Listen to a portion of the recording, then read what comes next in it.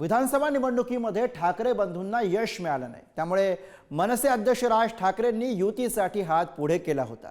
उद्धव ठाकरेंनी सुद्धा त्याला सकारात्मक प्रतिसाद दिला होता। पण आता राज ठाकरेंनी आपल्या कार्यकर्त्यांना कामाला लागण्याच्या सूचना केल्या आहेत। त्यामुळे ठाकरे बंधूंच्या एकत्र येण्यावरती पडद्यामागे वेगळी पटकथा लिहिली जाते का, असा प्रश्न या निमित्तानं उपस्थित होतोय। बघूया।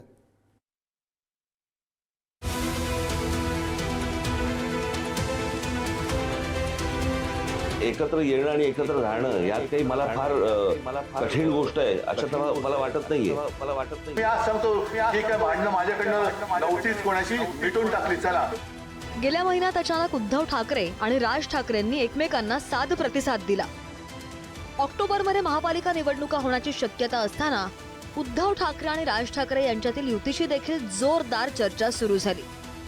मात्र या गोष्टीला महिना उलटत आला, पण ठाकरे बंधूंच्या एकत्र येण्याची चर्चा काही पुढे गेलेली नाही।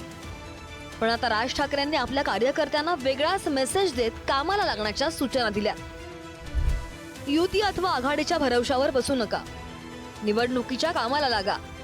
युती आघाडीचं काय असेल ते मी पाहतो। सध्याच्या क्षणाला उद्धव ठाकरे आणि राज ठाकरे एकत्र आल्यास दोघांनाही फायदा होण्याची शक्यता आहे। मात्र युतीच्या चर्चेत पडू नका, तयारीला लागा, अशी सूचना राज ठाकरेंनी केल्यानं शिवसेना मनसे युती संदर्भात प्रश्नचिन्ह उभं राहिलंय।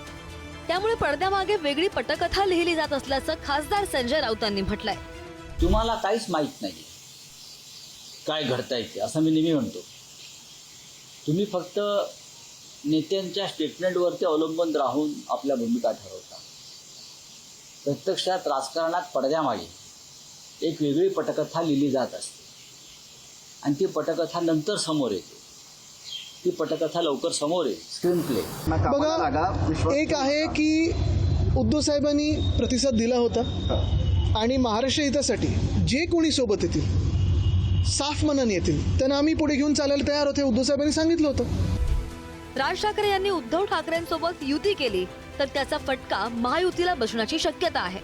त्यामुळेच उपमुख्यमंत्री एकनाथ शिंदेंकडून राज ठाकरेंनी उद्धव ठाकरेंसोबत युती करू नये यासाठी प्रयत्न केला जातोय, असं सुद्धा बोललं जात आहे।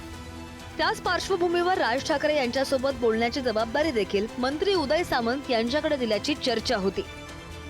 सामंत यांनी नुकतीच राज ठाकरेंची भेट घेतली होती, मात्र ही भेट राजकीय नव्हती असं स्पष्टीकरण सामंत यांनी दिलं। भाजपासोबत गेल्यास थेट सत्तेत सहभागी होण्याची शक्यता, शिंदेंच्या शिवसेनेशी युतीचा पर्याय, मात्र सत्तेत मर्यादित वाटा मिळेल। ठाकरेंच्या शिवसेनेसोबत गेल्यास दीर्घकालीन फायदा होऊ शकतो। मैंने मेरी भूमिका क्लियर की है। मैं इस इलाके में था, मैंने खुद राज साहब को फोन लगाया, मैंने उनको विनती की कि मैं चाय पे आऊं क्या, तो उन्होंने मेरे को बुलाया, मैं चाय पे आ गया, खिचड़ी खा के बाहर निकला। उदय सामंतच्या वॉर्डाचे नगरसेवक आहेत का शिवाजी पार्कचे? काय शाखा प्रमुख आहेत, सतत त्या रस्त्याने जातात। आम्हाला का रस्ते माहीत नाहीत? आम्हाला या मुंबईच्या गल्ल्याबोळ माहीत आहे। उदय सामंत नंतर आले या मुंबईत, बरं, रस्ते आम्हाला माहिती आहेत, जास्त माहिती आहे। आणि उत्तम खिचडी प्रकाशमध्ये मिळते किंवा आस्वादमध्ये मिळते। विधानसभा निवडणुकीत ठाकरे बंधूंना यश मिळालं नाही। राज ठाकरेंच्या महाराष्ट्र नवनिर्माण सेनेला एकही जागा मिळाली नाही, तर उद्धव ठाकरे यांना केवळ 20 जागांवर समाधान मानावं लागलंय। या कामगिरीमुळे आगामी मुंबई महापालिकेची निवडणूक सुद्धा ठाकरे बंधूंच्या अस्तित्वाचा प्रश्न आहे। त्यामुळे राज ठाकरेंनी युतीसाठी हात पुढे केला होता। उद्धव ठाकरेंनी देखील त्याला सकारात्मक प्रतिसाद दिला होता। मात्र ठाकरेंची शिवसेना मनसेच्या युतीची चर्चा कुठे अडली, त्यामुळे ठाकरे बंधूंच्या एकत्रीकरणावर पडद्यामागे वेगळी पटकथा लिहिली जाते का, असा प्रश्न सुद्धा उपस्थित होतोय। पद्मेश पवार, पुढारी न्यूज।